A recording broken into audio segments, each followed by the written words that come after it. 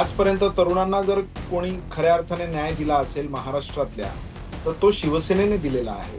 त्यामुळे शिवसेनेचं नेतृत्व नेहमीच तरुणांचे प्रश्न घेऊन पुढे येते आणि तरुणांसाठी काम करते. आणि हे आम्ही नाही तर स्वतः दिपकेंनी पण सांगितलं, की घरातल्या कुटुंब प्रमुखाप्रमाणे ते माझी चौकशी करत होते, माझ्याशी संवाद साधत होते. काही हवं नको ते विचारत होते. की कसं असतं की तरुणांना दिशा दाखवणं हे फार गरजेचं असतं आणि ते काम उद्धव ठाकरे साहेबांनी केलं, की समाज माध्यमांवर खिल्ली उडवणं, राजकारण्यांना अद्वा-तद्वा बोलणं यासाठी भारतीय जनता पार्टीने एक मोठी टीम कार्यरत केली होती, जी सगळ्यांना माहिती आहे. नमस्कार, मी संकेत आणि आपण पाहत आहात मुंबई आउटलुक.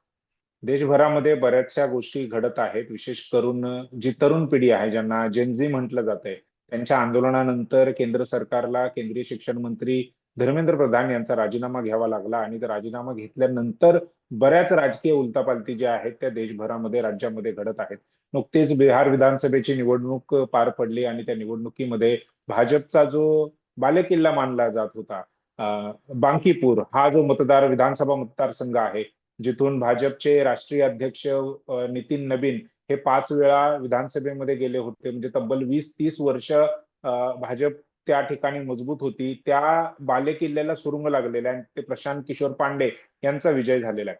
त्यामुळे ह्या सर्व राजकीय पार्श्वभूमीवर आता जेनझी हा संपूर्ण राजकारणाच्या केंद्रस्थानी आलेला आहे. अशातच शिवसेना उद्धव बाळासाहेब ठाकरे या पक्षाचे प्रमुख उद्धव ठाकरे साहेब यांनी देखील आपल्या कार्यकर्त्यांना, पदाधिकाऱ्यांना आदेश दिलेत, निर्देश दिलेत, सूचना दिलेल्या आहेत की आता जेनझींना केंद्रस्थानी ठेवून 2029च्या विधानसभेची किंवा 29च्या निवडणुकीची तयारी करायची आहे. अशामध्येच आपल्यासोबत हर्षल प्रधान सर आहेत, जे शिवसेना उद्धव बाळासाहेब ठाकरे या पक्षाचे प्रवक्ते आहेत आणि त्यासोबतच जनसंपर्क प्रमुख देखील आहेत. सर, मुंबई आउटलुक मध्ये तुमचं स्वागत आहे. कोणत्या सूचना तुम्हाला ठाकरे साहेबांकडून मिळालेल्या आहेत? सूचना असं नाही बघा, शिवसेना हा तरुणांचा पक्ष आहे आणि तो आत्तापासून नाही तर गेल्या 60 वर्षापासून तो तरुणांचाच पक्ष आहे.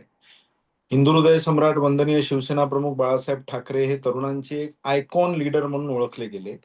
त्याच्यामुळे शिवसेनेमध्ये पहिल्यापासूनच तरुणांचे प्रश्न, तरुणांच्या समस्या, म्हणजे अगदी सुरुवातीचा जो कालावधी होता त्याच्यामध्ये भूमिपुत्रांचे प्रश्न, त्यांच्या नोकऱ्या, मग हे सगळे विषय कोणी उचलले तर ते शिवसेनेनेच उचलले. आजपर्यंत तरुणांना जर कोणी खऱ्या अर्थाने न्याय दिला असेल महाराष्ट्रातल्या, तर तो शिवसेनेने दिलेला आहे. त्यामुळे शिवसेनेचं नेतृत्व नेहमीच तरुणांचे प्रश्न घेऊन पुढे येते आणि तरुणांसाठी काम करते. जे झेन झीचं आंदोलन ज्याचा उल्लेख तुम्ही केलात, ते आंदोलन जे यशस्वी झालं, त्याच्या मागे पण मी तर म्हणेन, की पहिल्या दिवसापासनं उद्धव ठाकरे साहेब हे सतत त्यांच्या सगळ्यांच्या संपर्कात होते. आणि हे आम्ही नाही तर स्वतः दिपकेंनी पण सांगितलं, की घरातल्या कुटुंब प्रमुखाप्रमाणे ते माझी चौकशी करत होते, माझ्याशी संवाद साधत होते. काही हवं नको ते विचारत होते. की कसं असतं, की तरुणांना दिशा दाखवणं हे फार गरजेचं असतं आणि ते काम उद्धव ठाकरे साहेबांनी केलं. हे आंदोलन जे यशस्वी झालं त्याच्यामागे मी तर म्हणेन ठाकरेंचा सहभाग फार मोठा होता.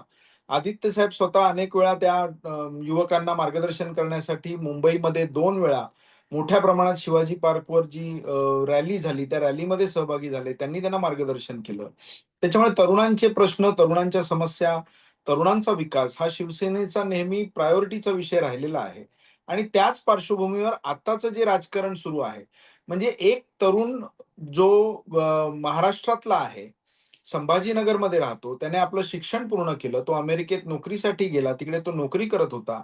जेव्हा त्याला हे लक्षात आलं, की राजकारणामधल्या लोकांच्या सहभागामुळे किंवा त्यांच्या पाठिंब्यामुळे किंवा त्यांच्या वेगळ्या पद्धतीच्या एक आपण ज्याला म्हणू, की सपोर्टमुळे पेपर लीक सारखी प्रकरणं घडतायत आणि विशेषतः एम-बी-बी-एसच्या परीक्षा ज्या विद्यार्थी दिवस-रात्र अभ्यास करून, मेहनत करून परीक्षा देतात आणि मग मेहनत केलेल्या तरुणाच्या समोर काय येतं तर पेपर लीक.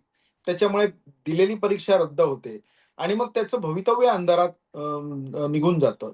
यावेळेला तर कहर झाला, की जवळपास 21 विद्यार्थ्यांनी आत्महत्या केल्या. म्हणजे या सगळ्यामध्ये त्या तरुणांचा काय दोष? तर तो विषय घेऊन एक तरुण अमेरिकेतनं भारतात आला आणि त्यांनी एक ज्याला म्हणतो समाज माध्यमावर एक राजकीय पक्ष स्वरूपाचं एक आंदोलन छेडलं आणि कोकरोच जनता पार्टी ज्याचा उल्लेख सर्वोच्च न्यायालयाचे सरन्यायाधीश सूर्यकांतजींनी बोलण्याच्या ओघामध्ये केला होता, की हल्लीचे विद्यार्थी हे झुरळांसारखे असतात, ते रिकामे उद्योग करत राहतात वगैरे, वगैरे. ते सगळे रेफरन्सेस आपल्याला माहिती आहेत. तर त्याच्यातनं त्यांनी ते नाव तसं ठेवलं असावं आणि त्याच्यामुळे मग एक मोठ्या पद्धतीचं एक आंदोलन उभं राहिलं देशभर. आणि तरुणाई काय आहे, तरुण काय आहेत हे सरकारला दाखवण्यात आलं. त्यांची समाज माध्यमावर जाहीरपणे खिल्ली उडवण्यात आली. त्यांची जी मूळ हत्यारं होती मी तर म्हणेन, विशेषतः या आजच्या सरकारचं, जे आम्ही गेल्या 12 वर्षांपासून बघतो आहोत, की समाज माध्यमांवर खिल्ली उडवणं, राजकारण्यांना अथवा-तथवा बोलणं, यासाठी भारतीय जनता पार्टीने एक मोठी टीम कार्यरत केली होती, जी सगळ्यांना माहिती आहे. आणि समाज माध्यमाच्या माध्यमातून राजकारण्यांना बदनाम करण्याचं एक मोठं षडयंत्र त्यांनी रचलं होतं, ज्याचा अनुभव आम्ही पण घेतलेला आहे. म्हणजे शिवसेनेला बदनाम करण्यासाठी जेव्हा शिवसेना वेगळी झाली त्यांच्यापासनं, व्हेअरएज शिवसेनेला वेगळं करण्याचं काम हे भाजपने स्वतः केलं. त्यांना असं वाटलं, की आता सगळ्या पद्धतीने आपल्याला सर्वंकष सत्ता हवी आहे. त्यामुळे जे जुने लोक आहेत, जे आपल्या सोबत राहिले अनेक वर्ष, त्यांची आता आपल्याला गरज नाही. ही भाजपाची रणनीती होती. आणि त्याच्यातनं मग शिवसेनेला त्यांनी दूर केलं. मग शिवसेनेवर समाज माध्यमाच्या माध्यमातून मोठ्या प्रमाणात बदनामीकारक मजकूर प्रसारित केला गेला आणि ह्याच्यासाठी समाज माध्यमांचा वापर केला गेला. तर हाच डाव त्यांच्यावर उलटला आणि आजच्या तरुण पिढीने, ज्याला जेन झी म्हणतो, त्या तरुण पिढीने मोठ्या प्रमाणामध्ये या सरकारची खिल्ली उडवली. इतकी ताकद दाखवली, की शेवटी केंद्रातल्या शिक्षण मंत्र्यांना राजीनामा द्यावा लागला. त्यामुळे हे नेतृत्व जे आहे, हे तरुणांच्या हातामध्ये आलेलं आहे. तरुणांचे विषय आता आपण आणखीन मोठ्या प्रमाणात मांडू आणि तरुणांना आपण नेहमीच संधी देतो. तर यावेळेला आणखीन त्यातल्या त्यातले जे तरुण आहेत, जेन झी जो आता मोठ्या प्रमाणात राजकीय क्षेत्रात येऊ पाहतायत, त्यांना आपण संधी देऊ. अशा पद्धतीचं मार्गदर्शन उद्धव साहेबांनी आम्हाला सगळ्यांना केलं आणि आम्ही सगळेच त्याच्यात सहमत होतो. कारण तरुणांचाच हा पक्ष असल्यामुळे अशा पद्धतीचे निर्णय नेहमीच ते तरुणांच्या बाबतीत घेतले जातात आणि त्यांचे विषय प्रायोरिटीने मांडले जातात. बर. ह्या आंदोलनानंतर म्हणजे जनजी किंवा तरुणांची ताकद पुन्हा एकदा सगळ्या केंद्रापासून ते राज्यातल्या राजकीय पक्षांना लक्षात आलेली आहे. आणि प्रत्येक जण, प्रत्येक पार्टी जो आहे, मग भाजपकडून पण नरेंद्र मोदी यांनी सांगितलं, ते स्वतः 4-5 वेळा Instagram वरती त्यांनी लाईव्ह केलं. तो तरुणांशी संवाद साधण्याचा प्रयत्न केला. त्यांनी त्यांच्या मंत्र्यांना सांगितलं की तुम्ही Instagram जे आहे, जो एक मोठा प्लॅटफॉर्म तरुण वर्ग वापरतो मोठ्या प्रमाणामध्ये, तिथे तुम्ही सक्रिय व्हा, सरकारची कामं तिथे पोचवा. RSSचे मोहन भागवत जे आहे, तर त्यांनी पण आता ते 6 तारखेला तरुणांशी संवाद साधणार आहे. तर अशा हो. पद्धतीने हे वेगवेगळे प्रयत्न जे आहे तरुणांशी संवाद साधण्याचे किंवा त्यांना आपल्याकडे आपल्या पक्षामध्ये किंवा आपल्या विचारधारेशी सहमत करून घेण्याचे सुरू आहेत. त्यामध्ये शिवसेना उद्धव बाळासाहेब ठाकरे हा पक्ष कसं काय प्रयत्न करतोय, काय वेगळे कार्यक्रम आखतोय, कशा पद्धतीने म्हणजे वेगळ्या ह्याने शिवसेना जी आहे ती तरुणांसमोर ठेवण्याचा प्रयत्न असणार आहे. बघा आता ह्याच्यातली गंमत अशी आहे, की हा पद्धतीचा जो प्रयोग आहे, हा प्रयोग सगळ्यात सुरुवातीला केला उद्धव साहेबांनी. तुम्हाला आठवत असेल कोरोनाचा कालावधी होता आणि त्यावेळेला लॉकडाऊन मोठ्या प्रमाणात होतं. त्यावेळेला उद्धव साहेबांनी समाज माध्यमाचा वापर करून Facebook लाईव्ह केलं आणि घरात बसलेल्या प्रत्येक माणसाला मार्गदर्शन केलं. कशा पद्धतीने कोरोनाचा मुकाबला आपण केला पाहिजे, ते दाखवून दिलं. त्यावेळेला Facebook, Instagram, Twitter ही सगळी समाज माध्यमं जी होती, ती समाज माध्यमं आम्ही वापरत होतो आणि त्याच्यातनं आम्ही उद्धव साहेबांचा जो संदेश होता, तो घराघरात पोहोचवत होतो. त्याच्यामुळेच उद्धव साहेबांचं म्हणणं लोकांना पटलं. त्यांनी त्यांचं ऐकलं आणि कुटुंब प्रमुख ही उपाधी स्वतःहून लोकांनी त्यांना दिली. तोच कालावधी तुम्ही आठवून बघा. त्यावेळेला हेच भारतीय जनता पार्टीचे लोकं जे आमच्या विरोधात होते, ते कुठल्या पातळीवर जाऊन उद्धव साहेबांवर टीका करायचे आठवून पहा. ते म्हणायचे, "हे नुसते घरातनच बोलतात. हे समाज माध्यमावरच बोलतात. हे बाहेर पडत नाहीत. हे म्हणतात घरी बसा." त्यांना अदवा-तद्वा भाषेमध्ये समाज माध्यमावर ते टीका करत होते. आणि आता हेच त्यांचे माननीय पंतप्रधान रात्री 12 वाजता आणि 1 वाजता Instagramवर येऊन व्हिडिओ त्यांचा सगळ्या समाज माध्यमावर रिलीज करतात आणि त्याच्या त्यांना किती प्रतिक्रिया मिळाल्या ह्याचे ढोल भारतीय जनता पार्टीचे नेते गल्लीपासून दिल्लीपर्यंत वाजवतात. म्हणजे हे दुटप्पी जे धोरण आहे, ते धोरण तुम्ही समजून घ्या. आम्ही केला तर चमत्कार आणि तुम्ही केला तर मग तो मोठा हाहाकार, अशा पद्धतीचं धोरण राजकारण्यांनी ठेवू नये. समाज माध्यमाचा वापर सगळेच लोक करतात. त्याचा अतिवापर होऊ नये. त्याचे दुष्परिणाम जे आहेत तेही आपल्याला बघायला मिळालेले आहेत. बरोबर. त्यामुळे समाज माध्यमाच्या माध्यमातून लोकांचं प्रबोधन कसं करता येईल, जो मार्ग मी तर म्हणेन उद्धव ठाकरे साहेबांनी दाखवला, की लॉकडाऊनच्या कालावधीमध्ये मोठी दहशत निर्माण झाली होती. जगायचं कसं हा प्रश्न होता. त्यावेळेला उद्धव साहेब वेळोवेळी Facebook लाईव्हच्या माध्यमातून, Instagram लाईव्हच्या माध्यमातून लोकांना सांगत होते. त्यांच्या कुटुंबातला एक माणूस म्हणून ते त्यांच्याशी संवाद करत होते. त्यांना समजावून सांगत होते, की कोरोनाचा मुकाबला आपण कशा पद्धतीने करतोय, आपण कोणकोणत्या योजना केलेल्या आहेत, आपण किती बेड हॉस्पिटल्स निर्माण केलेले आहेत, आपण किती कोविड सेंटर्स निर्माण केलेले आहेत. हा सगळा कालावधी तुम्ही आठवा, तुमच्या लक्षात येईल, की त्यावेळेला त्याच Facebook लिंकवर जेव्हा उद्धव साहेब लाईव्ह जायचे, त्यावेळेला त्याच्या खाली मोठ्या प्रमाणात या भाजपचं मी तर म्हणेन सोशल मीडियाची जी गँग होती, ती अधवा-तधवा कमेंट करायची. परंतु हे जे होतं हे दुष्टचक्र आहे हे त्यांच्या लक्षात आलं नाही. आता मोदीजींच्या पण Instagramच्या याच्यावर समोरून म्हणजे आम्ही तर हे काम करत नाही. परंतु झेन झी ज्या पद्धतीने त्यांची खिल्ली उडवत होती. मोबाईल कसा धरायचा एका लहान मुलीने त्यांना सांगितलं. ऐसे नहीं ऐसे पकडते हैं फ्रेंड्स. अशा पद्धतीने बघा देशाच्या पंतप्रधानांची अशा पद्धतीने खिल्ली उडवणं हे चुकीचंच आहे.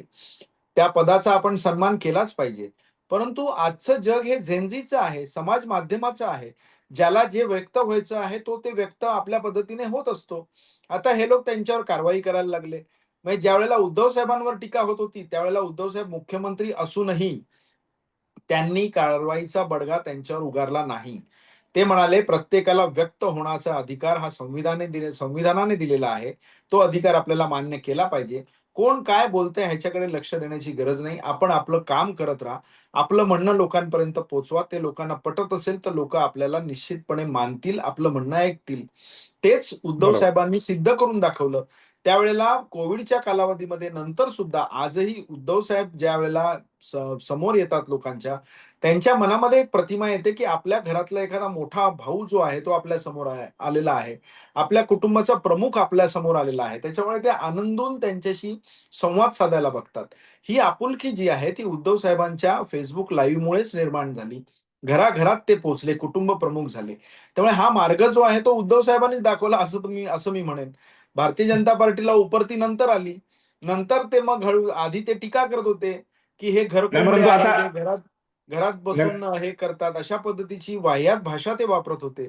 पण आता त्यांना देखील तोच मार्ग अपनावावा लागला. आज देशाचे पंतप्रधान सुद्धा झेन झीला मार्गदर्शन करण्यासाठी Instagramचा वापर करतात. हे तर मी नाही, म्हणेन आता उद्धव हे ठाकरेंचं यश आहे. नाही, बरोबर आहे तुमचं म्हणणं, की सुरुवात तुम्ही केली किंवा तो काळच असा होता, की संवाद कसा साधायचा, कसं आपलं म्हणणं पोहोचवायचं. तर सोशल मीडिया एक प्लॅटफॉर्म उपलब्ध होता, त्याचा वापर आपण केलात. परंतु आता प्रश्न हा आहे, की प्रत्येक जण तरुणांना संवाद साधण्याचा प्रयत्न करतोय. प्रत्येक जण, प्रत्येक पार्टी तरुणांना आपल्याकडे आकर्षित करण्याचा प्रयत्न करते. अशामध्ये शिवसेना उद्धव बाळासाहेब ठाकरे हा पक्ष कशा पद्धतीने तरुणांसमोर जाणार? सर, आम्ही ऑलरेडी तरुणांमध्ये आहोत. आम्ही तरुणांचे प्रश्न घेऊनच राजकारण करत आहोत. आम्ही तुम्ही आठवून बघा, सगळ्यात पहिली संधी उद्धव साहेबांनी तरुणांना दिली. म्हणजे त्यांनी आदित्य साहेबांना मंत्री बनवलं. ही तरुणांनाच संधी होती ना. आता त्याच्यावर पण टीका करतील विरोधक, की घरातल्या माणसाला मंत्री बनवलं. पण तरुण नेतृत्व असावं म्हणून त्यांनी तरुणांच्या समस्या तरुणच समजून घेऊ शकतो. त्याही वेळेला आदित्य ठाकरे साहेबांना त्यांनी कोणती जबाबदारी दिली होती, तर पर्यावरणाची जबाबदारी दिली होती. पर्यावरण मंत्री म्हणून ते काम करत होते.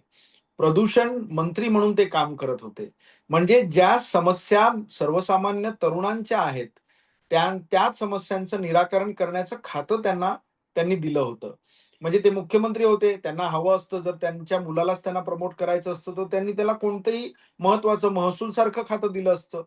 पण आपल्याकडची सगळी महत्वाची खाती आपल्या सहकार्यांना देऊन त्यांनी त्या सगळ्या टीमला मार्गदर्शन करण्याचं काम उद्धव ठाकरे साहेबांनी केलं. हा एक मोठा आदर्श त्यांनी निर्माण केला असं मी म्हणेन. कारण बघा तरुणांचे प्रश्न असतात, सामान्य माणसांचे प्रश्न असतात, शेतकऱ्यांचे प्रश्न असतात, भगिनींचे प्रश्न असतात. हे सगळे प्रश्न जे आहेत राज्यकर्त्यासमोर प्रश्न असतात. त्याच्यातनं मार्ग काढणं, त्याच्यातनं योग्य पद्धतीने उत्तरं लोकांपर्यंत पोहोचवणं, त्यांना समाधान होईल अशा पद्धतीने वागणं, हे राज्यकर्त्याचं काम असतं. राज्यकर्त्याने आम्हाला आठवतं, की बाळासाहेब ठाकरे नेहमी आम्हाला सांगायचे, की त्यांचं असं म्हणणं होतं, की आपलं जेव्हा-जेव्हा सरकार येईल, त्यावेळेला जनतेला आपल्या दारात येण्याची वेळ येऊ देऊ नका. आपण स्वतःहून त्यांच्या दारात जा. 1995 मध्ये जेव्हा शिवसेनेची सत्ता आली, तेव्हा सरकार आपल्या दारी हा उपक्रम सुरू करण्यात आला होता. त्यावेळेला आंदोलनं कमी झाली होती. त्यावेळेला एखादा माणूस जर उपोषणाला बसला, एखाद्याने आंदोलन केलं, तर महाराष्ट्र शासनाचा राज्यकर्ता मंत्री त्या उपोषणकर्त्याचं किंवा आंदोलनकर्त्याची भेट घेण्यासाठी त्या मैदानात जायचा आणि त्याच्याशी संवाद साधून त्याचे प्रश्न समजून घ्यायचा आणि ते सोडवण्याचा प्रयत्न करायचा. आजच्या काळात हे दिसत नाही. भारतीय जनता पार्टीने पूर्ण देशभर सत्ता मिळवली. 16 राज्यामध्ये सत्ता आहे त्यांची. परंतु इकडे सत्ता, तिकडे सत्ता, कारभार मात्र बेपत्ता हाच प्रकार दिसतोय. 36 दिवस झेन देशातलं तरुण रस्त्यावर उतरून होते. दिल्लीच्या जंतर मंतरवर आंदोलन करत होते. परंतु त्यांची साधी दखलही कोणी घेतली नाही. जवळपास 23 ते 27 दिवस वांगचूक सारखा थोर महान शास्त्रज्ञ, ज्याने देशाच्या सैनिकांसाठी थंडीमध्ये त्यांना बंकर बनवून दिले, त्यांच्यासाठी काम केलं. असा माणूस उपोषणाला बसला होता. त्याची साधी दखलही घेतली गेली नाही. मग हे आंदोलन चिघळवण्याचं जे काम आहे, ते भारतीय जनता पार्टीच्या नेतृत्वाने केलं असं मी म्हणेन. सत्ताधाऱ्यांनी केलं असं म्हणेन. शेतकऱ्यांचं आंदोलन त्यांनी असंच चिरडलं. अहो, खिळे घातले होते रस्त्यावर. म्हणजे तुम्ही कशा पद्धतीने वागता? सत्ता तुम्हाला एवढा अहंकार तुमच्या अवतीभोवती, एवढे अहंकारी तुम्ही झालेला आहात, की तुम्हाला आपल्याच देशातली जनता परकी वाटायला लागली. तरुणांवर तुम्ही अश्रुधुराच्या नळकांड्या सोडल्या. तरुणांना मारझोड केली. कशासाठी? त्यांच्याशी जर संवाद साधला असता, तर हे प्रकरण एवढं चिघळत नसतं. आजही दिपकेवर दिल्लीमध्ये त्याच्यावर गुन्हे दाखल करण्यात आले. ह्याची काही गरज नव्हती. तरुण देशातला जो होता त्याने सांगितलं होतं, की आम्हाला शिक्षण मंत्र्याचा राजीनामा हवा आहे. तो राजीनामा त्यांनी मिळवला आणि त्यांनी आपलं आंदोलन जे आहे ते पूर्ण झालं असं पण जाहीर केलं. ते म्हणाले, "यापुढे जर सरकार आमचं ऐकत नसेल, दिलेली आश्वासनं जसं ₹1,00,00,000 प्रत्येक आत्महत्या केलेल्या ज्यांनी आत्महत्या केलेल्या आहेत तरुणाच्या त्यांच्या घरांना. घरातल्यांना देणं असेल, गुन्हे मागे घेणं असेल, या गोष्टी जर त्यांनी मान्य केल्या नाहीत, तर आम्ही पुन्हा आंदोलन करू." ते आंदोलनाचा शांततापूर्ण मार्ग स्वीकारतात. तुम्ही त्यांच्यावर लाठ्या बरसवता. ज्या पद्धतीने त्या पोलिसांनी महिलांबरोबर अतिशय असंवेदनशीलपणे वागणूक दिली, त्यांना कोणी हे आदेश दिले होते? जे तरुण रस्त्यावर आपल्या न्याय्य हक्कासाठी बसतायत, त्यांना तुम्ही सिव्हिलमधले पोलीस पाठवता, ज्यांच्या हातात पोलिसांच्या लाठ्या असतात. हे हे आदेश कोणी दिले होते? देशाच्या गृहमंत्र्यांनी याची जबाबदारी घ्यावी किंवा ह्याची उत्तरं द्यावीत. हीच मागणी आम्ही संसदेमध्ये सुद्धा विरोधी पक्ष म्हणून करत आहोत. पण कोणी ऐकूनच घेत नाही. देशाचे गृहमंत्री आणि पंतप्रधान संसदेमधल्या कामकाजात सहभागीच होत नाही. म्हणजे कुठेतरी पाणी मुरतंय ना. कुठेतरी त्यांना शंका वाटते ना, की जेन झी आता जे आहे, ते आपल्या ऐकण्याच्या पलीकडे गेलेलं आहे. तुम्ही जसं म्हणालात, की सरसंघचालक राष्ट्रीय स्वयंसेवक संघाचे मोहनजी भागवत हे झेन झी आणि झेन अल्फा बरोबर संवाद करायला 6 तारखेला येणार आहेत. म्हणजे ही वेळ त्यांच्यावर का आली? आणि एकीकडे हे संवाद करायला येतात आणि दुसरीकडे त्यांचेच लिमये नावाचे जे दुसरे, मला वाटतं काहीतरी त्यांचं पद आहे गुरुजी, ते आनंद लिमये गुरुजी काय म्हणतात, की हे देशविरोधी, संविधान विरोधी आंदोलन होतं. म्हणजे तुमचं नेमकं म्हणणं काय आहे? हे राष्ट्रीय स्वयंसेवक संघाने आधी क्लिअर करायला हवं. भारतीय जनता पार्टी संवाद करत नाही. राष्ट्रीय स्वयंसेवक संघ ह्यांना देशविरोधी आणि संविधान विरोधी म्हणतं.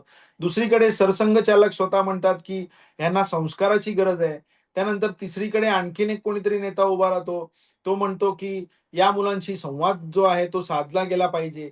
म्हणजे तुमच्यामध्येच आपापसामध्ये जे काही संवाद नाहीये, तो संवाद आधी तुम्ही केला पाहिजे. आम्ही त्यांचे प्रश्न घेऊन काम करतोच आहोत. आम्हाला जो रिस्पॉन्स मिळतो आहे, तो नेहमी पहिल्यापासून मिळतोय, आजचा मिळत नाहीये. गेली 60 वर्ष शिवसेना तरुणांसाठी काम करते आहे आणि तरुण पूर्ण ताकदीने त्यांचं पूर्ण समर्थन उद्धव ठाकरे साहेबांना आणि आदित्य ठाकरे साहेबांना आहे आणि त्यांच्या समस्या हे ठाकरेच सोडवू शकतात. यावेळेला बघा तुम्ही राज ठाकरे साहेब, उद्धव ठाकरे साहेब या तरुणांच्या मागे उभे राहिले. म्हणून या तरुणांना एक पद्धतीचं एक म्हणतो ना आत्मसंरक्षण आणि आत्मबळ मिळालं. त्यांच्या हे लक्षात आलं, की मुंबईमध्ये जेव्हा आपण आंदोलन करू, त्यावेळेला आपल्या मागे ठाकरे आहेत. ठाकरे असल्यामुळे कोणीही आपल्या केसालाही धक्का लावणार नाही आणि तसंच झालं. मुंबईमधल्या सगळ्या आंदोलकांचे जे गुन्हे दाखल करण्याची प्रक्रिया सुरू होणार होती, त्याच्या आदल्या दिवशी आदित्य ठाकरेंनी मातोश्रीवर पत्रकार परिषद घेतली आणि त्यांनी जाहीर केलं, की जर तुमच्यावर गुन्हे दाखल केले, तर आम्ही तुमचे गुन्हे जे आहेत ते आमच्या वकिलांची फौज उभी करू. कुठल्याही याच्यावर गुन्हे दाखल होता कामा नयेत. कारण तरुणांनी आपल्या न्याय हक्कासाठी आंदोलन केलं होतं. लागलीच त्याची दखल माननीय मुख्यमंत्री महोदयांनी घेतली आणि माननीय मुख्यमंत्री महोदयांनी जाहीर केलं, की महाराष्ट्रामध्ये कोणत्याही तरुणावर आम्ही गुन्हे दाखल करणार नाहीत. हीच तर ठाकरेंची ताकद आहे. ठाकरे तरुणांच्या मागे नेहमी उभे राहतात. हे त्यांनी वेळोवेळी सिद्ध करून दाखवलेलं आहे आणि तरुणांनाही हा विश्वास आहे, की ठाकरे असल्यामुळे महाराष्ट्रामध्ये आपल्या केसालाही धक्का लागणार नाही. नाही, नक्कीच बरोबर आहे, की प्रत्येक जण म्हणजे जसं तुम्ही सांगितलं, की वेगवेगळे राजकीय पक्ष म्हणजे त्यामध्ये शिवसेना जी आहे ती अगदी सुरुवातीपासून तरुणांचे प्रश्न घेऊनच मैदानामध्ये असलेला एक पहिली संघटना होती, मग राजकीय पक्ष झाला. त्याचा एक प्रवास जो आहे तो आपल्या डोळ्यासमोर तुम्ही ठेवण्याचा प्रयत्न केलात. धन्यवाद सर, तुम्ही मुंबई आउटलुकला वेळ दिलात धन्यवाद. आणि व्यवस्थितपणे जी काही माहिती किंवा देशामध्ये जे काही घडत आहे त्या संदर्भामध्ये पक्षाच्या वतीने आपली भूमिका मांडली त्याबद्दल आभार. पुन्हा वेळ द्याल अशी अपेक्षा आहे. आता हा नक्की. जो सगळा जेनझी वर्ग राजकारणाच्या केंद्रस्थानी आलेला आहे, तो 2029 पर्यंत तसाच राहतो सरकारच्या विरोधात, की त्याची बाजू बदलते, कुठला पक्ष त्याला आपल्याकडे आकर्षित करण्यासाठी यशस्वी होतो हे आता येत्या काळामध्ये समजेल. परंतु तुर्तास तरुणांची राजकीय ताकद काय आहे हे पुन्हा एकदा तरुणांनी दाखवून दिलेलं आहे. सर, पुन्हा एकदा तुमचा आभार, धन्यवाद आणि पुन्हा एकदा वेळ द्याल अशी आशा आणि अपेक्षा. नक्की. जय हिंद, जय महाराष्ट्र.